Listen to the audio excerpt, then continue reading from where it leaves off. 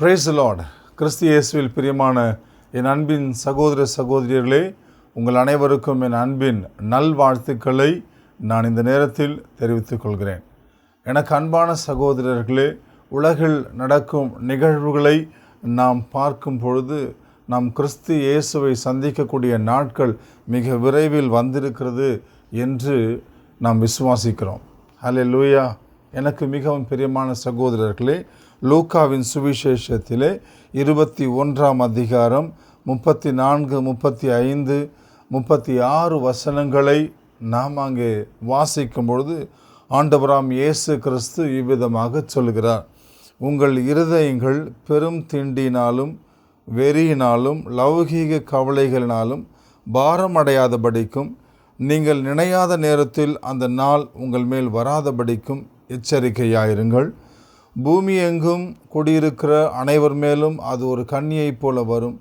ஆகையால் இனி சம்பவிக்க போகிற இவைகளுக்கெல்லாம் நீங்கள் தப்பி மனுஷகுமாரனுக்கு முன்பாக நிற்க பாத்திரவான்களாக எண்ணப்படுவதற்கு எப்பொழுதும் ஜெபம் பண்ணி விழித்திருங்கள் என்றார்.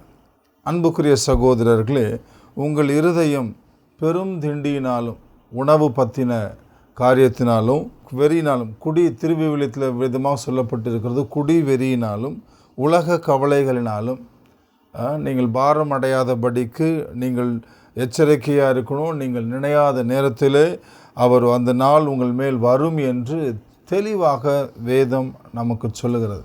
இன்றைக்கி எங்கே பார்த்தாலும் சாப்பாட்டை பற்றி பிரச்சனை, எங்கே பார்த்தாலும் போதை பழக்கங்கள் நிறைய இருக்கிறது. அந்த நாள் ஒரு கன்னியை போல, அதாவது மறைவாய் இருந்து வெளிப்படாதபடிக்கு, நீங்கள் அந்த நாளில் அந்த வேதனையில் நீங்கள் சிக்கிக்கொள்ளாதபடிக்கு எச்சரிக்கையாக இருக்க வேண்டும் என்று, ஜெபத்திலே விழித்திருக்க வேண்டும் என்று ஆண்டவராம் இயேசு கிறிஸ்து நமக்கு அவர் கற்றுக் கொடுக்கிறார். பூமி எங்கும் குடியிருக்கிற அனைவர் மேலும் அது ஒரு கன்னியை போல அது வரும் என்று சொல்லப்பட்டிருக்கிறது. அப்படின்னா எதிர்பாராத நேரத்தில் அந்த காரியம், அந்த நாள் உங்களுக்கு வரும் என்று எழுதப்பட்டிருக்கிறது. எனக்கு பிரியமான சகோதரர்களே, கிறிஸ்து இயேசுவுக்குள் பக்தி வைராக்கியமாக இருக்கிறவர்கள் அவருடைய காரியங்களை அதை குறித்து தான் தங்கள் இருதயங்களிலே தியானித்து கொண்டு இருப்பார்கள். ஆம் அன்பானவர்களே, இந்த நாட்களில் நம்முடைய கவனம் வேறு எங்கேயும் போகக்கூடாது. இன்றைக்கு உலகத்தில் நடக்கக்கூடிய காரியங்களை நம் வேதத்தோடு ஒப்பிட்டு பார்க்க நாம் அழைக்கப்பட்டு இருக்கிறோம். அன்பான சகோதரர்களே, இன்றைய நிகழ்வுகள் எல்லாம் இயேசு கிறிஸ்து அவர் வெளிப்படுத்தின தீர்க்க தரிசனங்கள், இந்த பரிசுத்த வேதாகமம் அது எவ்வளவு முக்கியமானது என்று நமக்கு திட்டமும் தெளிவுமாக அது சொல்லி கொடுக்கிறது. ஆண்டவராம் இயேசு கிறிஸ்து இந்த உலகத்தில் உள்ள அனைத்து மனிதர்களுக்கும் அவர் தேவையானவர். அவர் இந்த பரிசுத்த வேதாகமும் உலகத்தில் உள்ள அனைவருக்கும் அவர்தான் தேவை. அவரை ஒரு மதம் சார்ந்து பார்க்காமல் அவருடைய படைப்புகளாக நாம் இருக்கிறோம். நமக்கு தலைவராக நம்மை உண்டாக்கின ஒரே தேவனாக அவர் இருக்கிறார் என்பதை நாம் அறிந்து கொள்ள வேண்டும். என்னை பார்க்கிறவங்க ஒருவேளை நீங்கள் வேறு மதத்தை சேர்ந்தவராக இருக்கலாம். ஆனால் ஒரு விஷயம் நிச்சயம், அவர் ஒருவர் தான் மெய்யான தேவன். ஆண்டவராம் இயேசு கிறிஸ்துவே தேவாதி தேவன். அவர் ஒருவர் தான் தேவன். அவர் மீண்டும் இந்த உலகத்திற்கு வரப்போகிறார். அப்பொழுது அவரை எல்லாரும் காண்பார்கள், எல்லா கண்களும் அவரை காணும் என்பது நிச்சயம். அவர் முன்பு பிறந்ததைப் போலவே மீண்டும் அவர் வருவார். அப்படி இல்லை, அவர் வரும்பொழுது ராஜாவாக வருவார். எல்லா தூதர்களும், பிரதான தூதனுடைய எக்கால சத்தம் முழங்க எல்லா கண்களும் காண அவர் வருவார். எனக்கு அன்பான சகோதரர்களே, பலருக்கு அவர் வருவார் என்பது நிச்சயமா என்ற ஒரு சந்தேகம் இருக்கும். வேதத்தில் எழுதப்பட்ட காரியங்கள் எல்லாம் துல்லியமாக நிறைவேறி கொண்டிருக்கிறது. அல்லேலூயா. அவர் வருவார் என்று சொன்னதும் நிறைவேறும். அவர் கண்ணின் வயிற்றில் பிறப்பார் என்று சொன்னது எப்படி நிறைவேறினதோ அதே போல அவர் மேகங்கள் மீது வருவார் என்பதும் நிறைவேறும். அவர் இயேசு கிறிஸ்து சிலுவையில் அறையப்பட்டு 3ஆம் நாளில் நான் மரித்து அடக்கம் பண்ணப்பட்டு 3ஆவது நாளில் உயிர்த்தெழுவேன் என்று சொன்னது எப்படி நிறைவேறினதோ, சாவை வென்றவராக அவர் எப்படி சொன்னது நிறைவேறி அவர் உயிர்த்தெழுந்தாரோ, அவருடைய உயிர்த்தெழுதல் எப்படி உண்மையாக நிகழ்ந்ததோ அதே போல அவர் வருவார் என்பதும் நிச்சயமாக நிறைவேறும். ஹல்லேலூயா. வேதம் மகத்தானது, அது ஒருபோதும் பொய் சொல்லாதது. இன்றைக்கு உலகத்தில் நடக்கிற காரியங்களை பாருங்களேன். இன்றைக்கு அமெரிக்கா வர்சஸ் ஈரான் என்று கூட நம்ம சொல்ல முடியும். அந்த மாதிரி இன்றைக்கு உலகத்தில் பல்வேறு விதமான நிகழ்வுகள் நடந்து கொண்டிருக்கின்றன. கடந்த வருஷம் டிசம்பர் மாதம் 27 ஈரானின் தலைநகர் தெஹ்ரானில் ஈரானின் உச்சபட்ச அதிபரான ஹயதுல்லா கமேனிக்கு எதிராக ஒரு பெரிய மக்கள் போராட்டம் வெடித்தது. அந்த போராட்டம் நாடு முழுவதும் தெரு தெருவாக பரவினது. நாடு முழுவதும் கமேனியினுடைய சர்வாதிகாரம் ஒழிக என்று ஈரானின் மக்கள் சொல்லும் அளவுக்கு அந்த போராட்டம் பெருசாக மாறிடுச்சு. எனக்கு அன்பானவர்களே, இந்த மக்களுடைய போராட்டத்துக்கு காரணம் என்ன அப்படின்னா, ஈரானினுடைய பணம் மதிப்பு இழந்ததே இதற்கு காரணம். ஹல்லேலூயா. ஈரானின் பணம் மதிப்பிழந்ததுக்கு அதுக்கு என்ன காரணம்?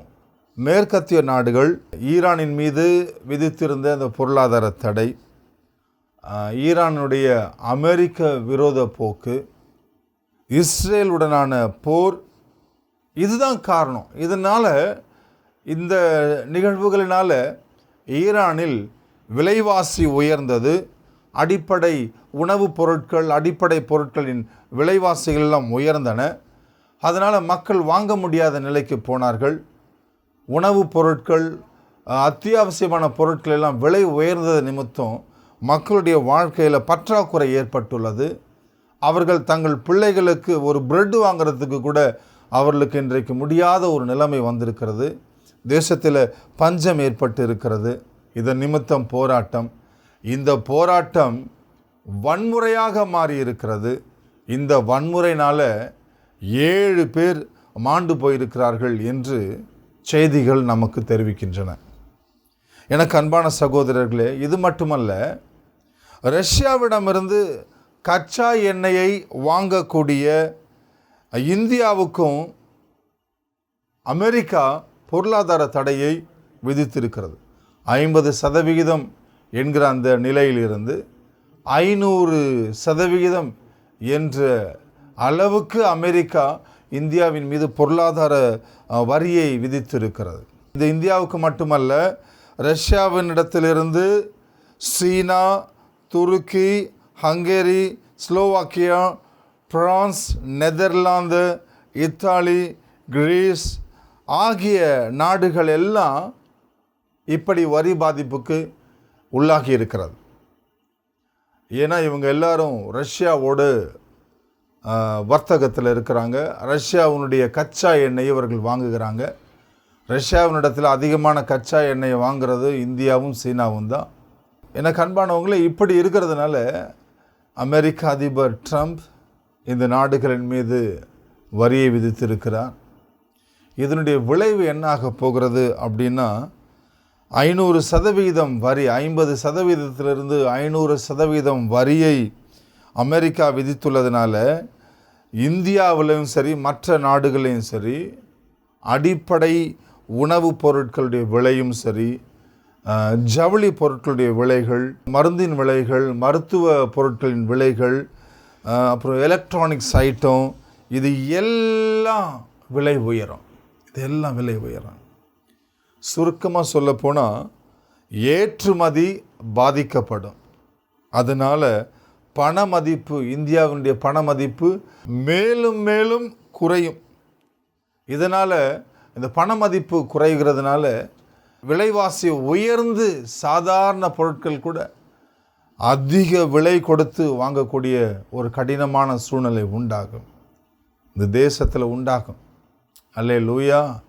எனக்கு அன்பான சகோதரர்களே, இதன் நிமித்தம் நாட்டில் உணவு பற்றாக்குறை, அடிப்படை பொருட்களினுடைய பற்றாக்குறை நாட்டில் ஏற்படும். பஞ்சம், குழப்பம், பட்டினி சாவு இதனால் உண்டாகும்.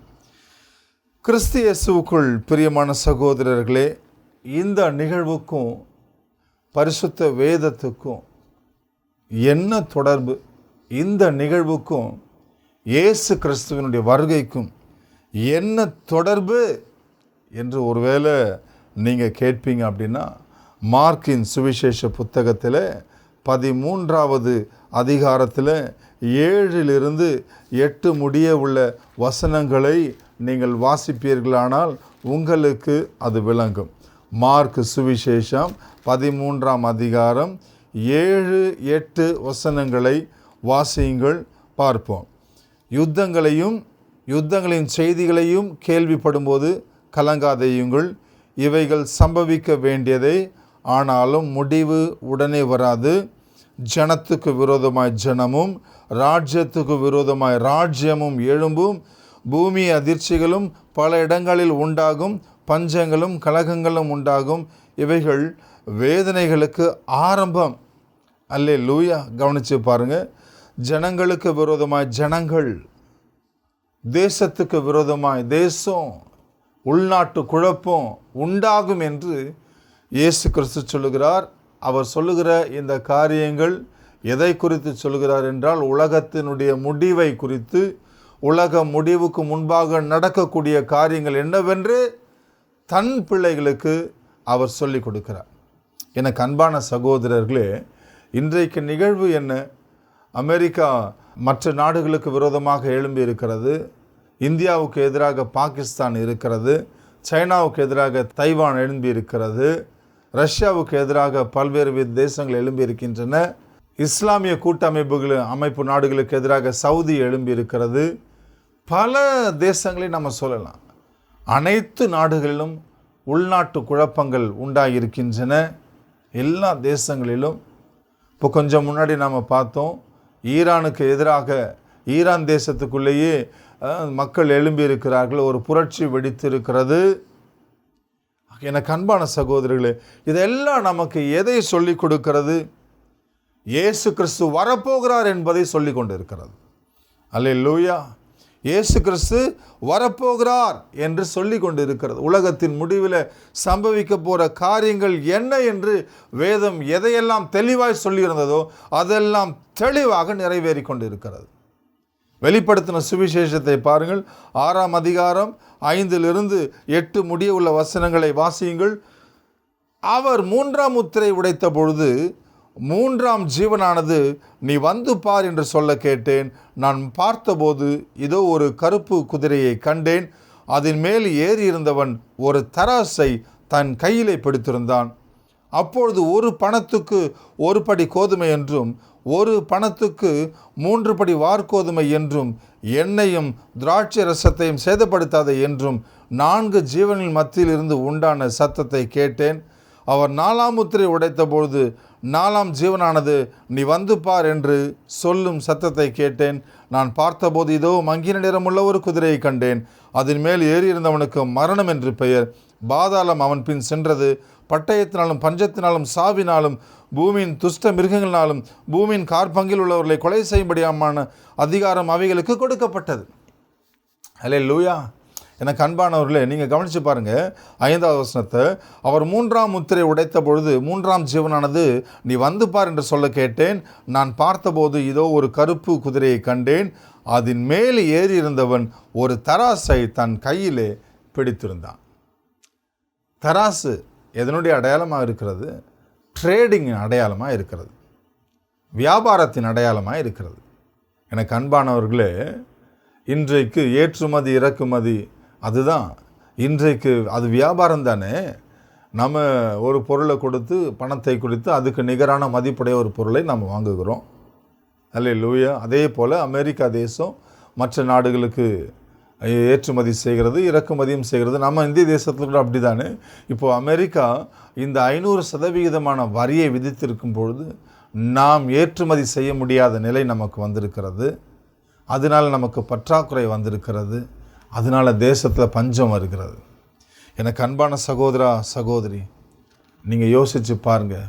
இனி மனம் திரும்புவதற்கு நமக்கு நாட்கள் குறைவாக இருக்கிறது. இல்லை, நாட்கள் இல்லை. இனி நாட்களே இல்லை. ஏதோ நம்ம வெறுமையாக நம்ம தினமும் தூங்கி எழுந்திரிக்கிறோம், சாப்பிட்றோம், இப்படி இல்லாமல் நம்முடைய லைஃப் இன்றைக்கி இல்லாமல் நாம் உலகத்தின் கவலைகளை முழுகி போகாமல், குடி வெறியினால், களியாட்டத்தினால், பெரும் திண்டினால், உணவு ஆசையினால் முழுகி போகாமல் இதுவரையில் வாழ்ந்த வாழ்க்கைக்கு ஒரு முற்றுப்புள்ளியை வச்சுட்டு இன்றைக்கு நான் மனம் திரும்பி என் இயேசுவின் பாதத்தில் வரப்போகிறேன், அவரிடத்தில் அமர்ந்து அவரை ஆராதிக்க போகிறேன், அவரை என் சொந்த மீட்பராக நான் ஏற்றுக்கொள்ள போகிறேன். ஒருவேளை அவரை ஏற்றுக்கொண்டவங்க நான் அவரோடு அணுகி இருக்க போகிறேன், நெருங்கி செல்ல போகிறேன் என்ற முடிவுக்கு நம்ம வரணும். அல்லேலூயா. எனக்கு அன்பான சகோதரர்களே, இந்த செய்தி உங்களுக்கு பிரயோஜனமாக இருந்திருக்கும் என்று நான் நம்புகிறேன். கிறிஸ்து இயேசுக்குள்ள வேறு ஒரு வீடியோவில் நாம் மீண்டும் சந்திப்போம். அதுவரையில் ஆண்டவர் உங்களை ஆசீர்வதிக்கட்டும். ஹல்லேலூயா. God bless you.